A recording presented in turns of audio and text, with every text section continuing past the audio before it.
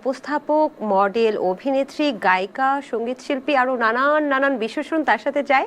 তো আমি বেশি কিছু বলবো না, আপনারা দেখেই চিনে নেবেন। Zinat Shanu, Swagata, welcome to the show. কেমন আছেন? আলহামদুলিল্লাহ ভালো আছি, তুমি কেমন আছো? আমি খুব ভালো আছি, আপনাকে দেখতে বেশ সুন্দর লাগছে, মাশাআল্লাহ। Thank you. আচ্ছা, আপনি কি সত্যবাদী নাকি স্পষ্টবাদী? আমি দুটোই। স্পষ্ট কথা বলতে আমার ভালো লাগে, আর সত্য বলতে পারাটা আমার কাছে মনে হয় একটা ভালো অভ্যাস। বেশ ভালো। আজকে আমরা অনেক কিছু নিয়ে কথা বলবো, আপনার ক্যারিয়ার, আপনার ড্রিম, আপনার ছোটখাটো খুনসুটি ভাইয়ের সাথে আরো অনেক কিছু। তবে তার আগে আমরা একটু সমালোচনা দিয়ে শুরু করি। ওকে। আচ্ছা, বর্তমানে আপনিও নিশ্চয়ই জেনে থাকবেন, আমরাও জানি যে আপনি কিছু ব্যাপারে বেশ সমালোচিত, আলোচিত এবং সমালোচিত। কিছু ব্যাপারে না, একটা ব্যাপারে। একটা ব্যাপারে আমার কাছে কিন্তু দুই তিনটা আছে। ও তাই? হ্যাঁ, So I need আপনি to know জানেন it. না আমি তারকাদের হাড়ির খবর রাখি? বলো তো তোমার হাড়িতে কি খবর আছে? এই যে আমার হাড়ি খবর এটার মধ্যে আছে। যাই হোক, একে একে বলে, ঠিক আছে?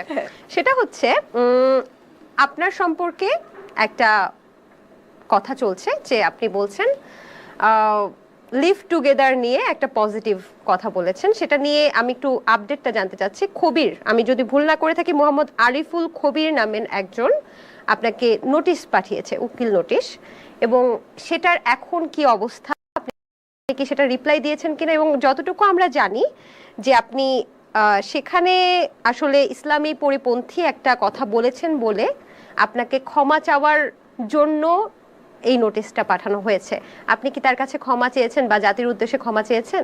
আচ্ছা, প্রথমত আমি তোমাকে একটা প্রশ্ন করি। বাংলাদেশ কি একটি ইসলামিক রাষ্ট্র নাকি একটা সেকুলার রাষ্ট্র? গণতান্ত্রিক রাষ্ট্র। গণতান্ত্রিক সেকুলার রাষ্ট্র। এই দেশে হিন্দু, বৌদ্ধ, খ্রিস্টান, মুসলিম সব ধর্মাবলম্বী মানুষ আছে। হ্যাঁ, মুসলিমের আধিক্যতা বেশি, মেজরিটি হচ্ছে মুসলিম। সো তাই বলে তো এই দেশটা মুসলিমদের দেশ নয়। সো বাংলাদেশে মুসলিম আইন আসলে চাপিয়ে দেওয়া গেলে চলে, বাট মুসলিম আইন মেনে চলে না। বাংলাদেশের একটা রাষ্ট্রীয় আইন আছে যেটা মেনে বাংলাদেশ চলে। আর দ্বিতীয়ত, আমার কাছে কোনো খবির, স্থবির বা কেউই কোনো ধরনের নোটিশ পাঠায়নি। এটা একটা গুজব। আমার ধারণা, হ্যাঁ গুজব। আমার মনে হয় যে পত্র পত্রিকা, গণমাধ্যম থেকে শুরু করে সব জায়গায় নিউজ দেখতে পাচ্ছি আপনার নামে নোটিশ পাঠানো হয়েছে, যে ওই যে খবির নামের একজন ব্যক্তি আপনার নামে নোটিশ পাঠিয়েছে যেন আপনি অতি দ্রুত এটার রিপ্লাই দেন এবং ক্ষমা চান সবার কাছে। আচ্ছা, তাহলে এটা কি গুজব?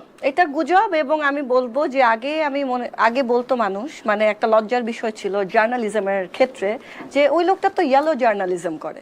মানে ইয়েলো জার্নালিজম আসলে একটা, বাই দ্য ওয়ে আজকে আমি ইয়েলো পরে আছি, কেউ বলে না, বাট এটা একটা নেগেটিভ ব্যাপার ছিল। সো আমি ইদানিং মনে করি ইয়েলো জার্নালিজম না, এখন হয় কি জানো, ব্লু জার্নালিজম।